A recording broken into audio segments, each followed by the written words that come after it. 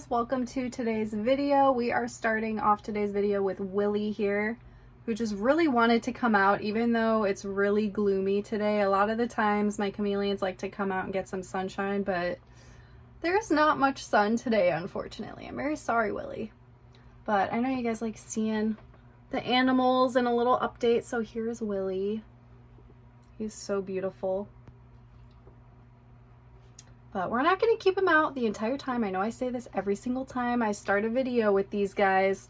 He'll be too stressed out if I keep him out the entire time. And I'm sure if I sit down, Chacha's going to want to get all up in Willie's business. So here's Willie. We're going to put him back now, and then we'll get started. All right, so now we're going to go ahead and get started. Today, I wanted to talk about reptiles in the hobby that I worry about. And basically this could go for any species of reptile that any person gets without doing proper research. And obviously when that happens, the animal's not going to be properly cared for.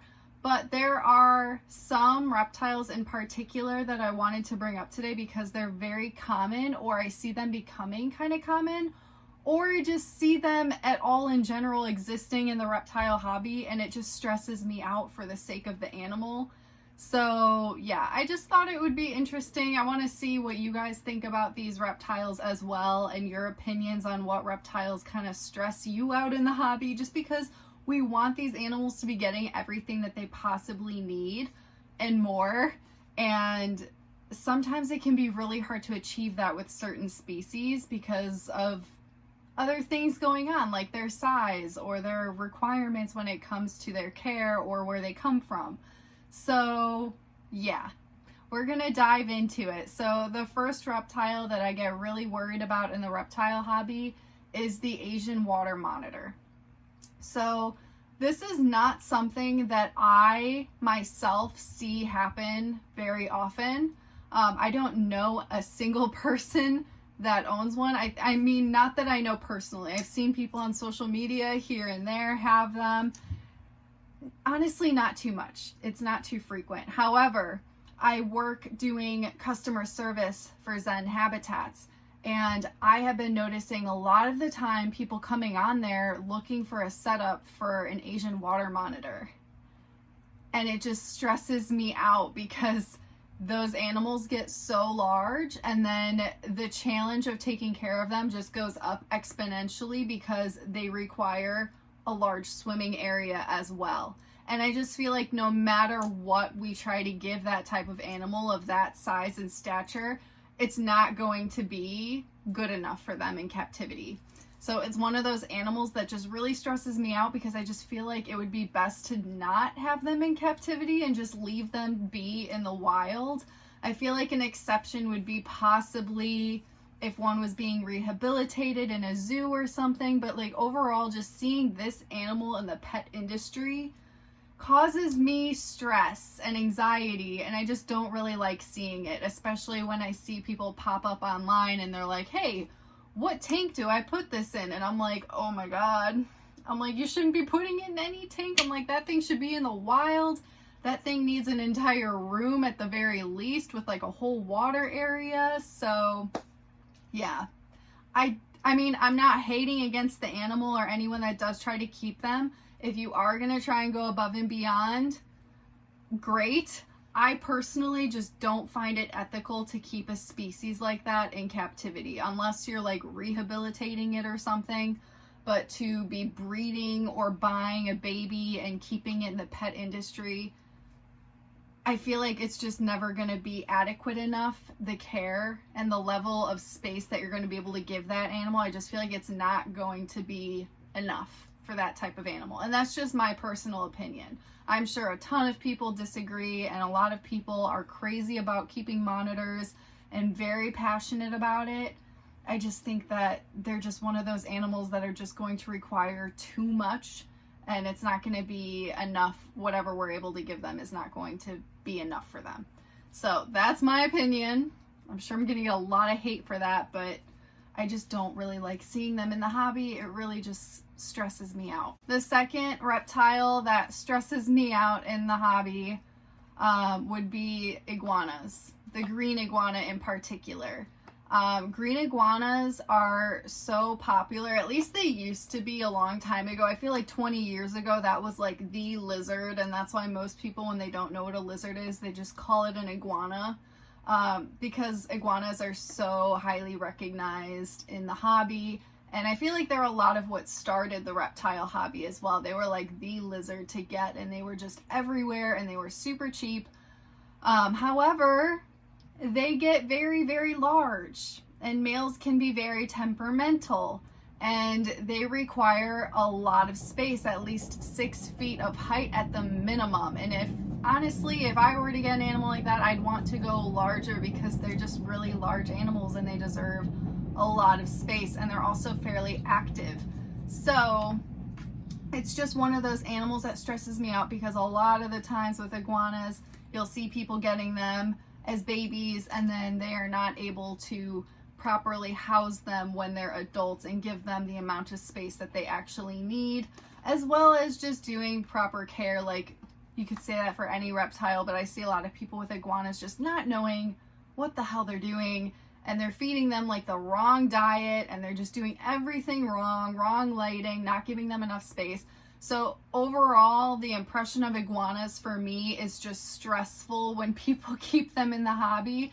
Not all keepers are terrible with iguanas, though there are some passionate people that really go above and beyond and can give them exactly what they need and more, and I love to see that. I just more commonly see people that aren't doing that, unfortunately, which is why it just stresses me out when people are just like, I got an iguana, what do I put it in? And I'm like, oh my God. I'm like, why did you do that if you don't even know like how big they get and what they need? Like, you should know everything they need before you get one. And iguana is such a huge commitment, so I hate seeing when people are just like not ready for them and then they get them. It causes me severe stress. So the next one on my list is probably a little bit surprising, because it is completely different than the first two, which are just like really big lizards, and it's surprisingly water dragons. And the reason why I get worried about water dragons in the hobby is because they are much smaller, which makes people lean more towards getting that species rather than an iguana. They're actually called the poor man's iguana. And that's great, because it is easier to care for them at a smaller size. However, they still require a lot of space, because they are very, very active lizards, and they also love swimming, so they should have a full water area as well, which honestly might make it a little bit more difficult than keeping an iguana, because iguanas don't require that huge water area for swimming, but water dragons do. So it's one of those things where I feel like people want an iguana and then they want something a little bit smaller. They think it's going to be easier to manage, not take up as much space. But the minimum requirement for a water dragon is a 4x2x4, which is a very huge setup. And honestly, if you can go even larger than that, it would be preferable. So they are definitely not easy. They're very, very active. They require a lot of things that can be a lot of work and a lot of money. And I don't think that people are aware of that. They just think it's overall going to be so much easier because it's smaller than an iguana. So that's why I get worried about water dragons in the hobby, because I feel like people will think that they can just go on the smaller side when it comes to care and the enclosure and everything, and it's just going to be easier. But it isn't really, because they have those extra requirements and they still need a lot of space. So I think that a lot of people aren't aware of that when they get it, thinking, oh, it's going to be easy. And then it's not, because you find out they need all of these other things. So that's why I get worried about them in the hobby, just because I get worried that people think it's going to be an easy option, and then they're in for a surprise when it comes to giving them actually what they need. Number 4, a reptile that I worry about in the hobby are tokay geckos. So tokay geckos are very common. They're very cheap as well. They're easy to find. And I don't think a lot of people are aware of how defensive these animals can be. And it scares a lot of people. And it leads to them not getting properly cared for or rehomed. So it's a stressful thing to see in the hobby for me. I actually did it myself because I had a friend that was like, here, I want you to have this tokay gecko that I raised myself. It's going to be tame. I promise you it's going to be tame. I was like, that's not really something I'm into. I don't really want to do that. They're like, you have to. It's going to be tame. I promise you, you won't have anything to worry about. And I go and I meet this tokay gecko, and she was amazing, and she let me handle her without a problem. Brought her home, and she turned into a new tokay gecko with tons of attitude and didn't want to be approached at all. And I ended up rehoming her to my friend Michelle, who is obsessed with tokay geckos, and she's done such a great job with her. But it wasn't for me, and I'm scared that that's going to happen to a lot of other people. And I've actually seen people who get tokay geckos, they realize their attitude, they don't want to deal with it, they get scared of them, and then they just let them go wild in their house. So weird that people do these things, but they're like, oh, it's gonna eat all the bugs in my house, which is just a whole other like department of no, do not do that. But it just makes me worried about tokay geckos because people think, oh, it's just a gecko, it can just survive in my house and be wild and rampant, and it's not a good idea. And a lot of the times people just aren't aware of what they're getting into. They get bit, they have a nasty hard bite, they're like pit bulls.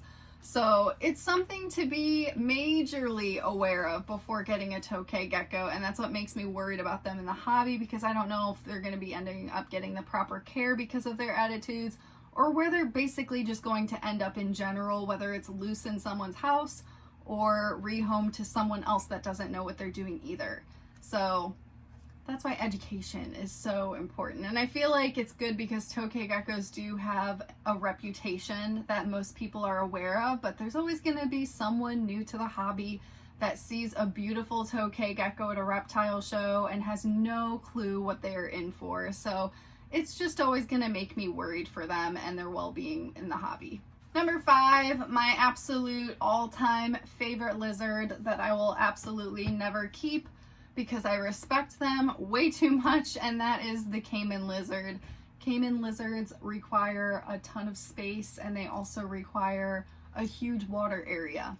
So again, with the water areas and lizards, that is just, it's a lot to deal with. And these lizards get so big that you would actually, it's not like you can give them a little tub or a water bowl. Like, you would want to be giving them like a full length pool. In my opinion, ethically speaking, I feel like that's what they deserve at the minimum. And if that's not something that I can provide, then I'm not going to get it. And I feel like most people cannot provide that for caiman lizards in the hobby, which is why it makes me really worried for them and their well-being. They start off really small, and I do see people keeping them in like smaller setups, obviously with water. However, that's not going to last long term, and it makes me worried about what they're going to do long term when they have an adult big lizard that's still going to require all of that water area, as well as like a basking area. So makes me very nervous. I have seen people keep them in Florida, like outside, which is fantastic, and they have like a giant pool, and then they can naturally bask in the sunlight. If I could do that, that would be ideal. But I feel like keeping that species of a lizard in your house is just not going to be very suitable, because they're going to require a large amount of space and a large amount of water, and that's just not something that we can do. I mean, maybe you can if you have tons of money and space in your house, but realistically speaking, most people just can't provide that, which is why it makes me nervous for them, just seeing them float around in the reptile hobby. Even though I love them so much and it would be a dream to have a lizard like that, it's just not realistic when it comes to giving the animal what I think they deserve. Those are the species that I worry about in the reptile hobby, because I just really want to see them getting what they deserve, and sometimes it can be challenging to give that to them. So I'd be interested in hearing your guys' thoughts, if you agree or you disagree. If there are any other species that you worry about in the hobby, I would love to hear about it. But yeah, that is today's video. Thank you for being here, and I will see you guys in the next one.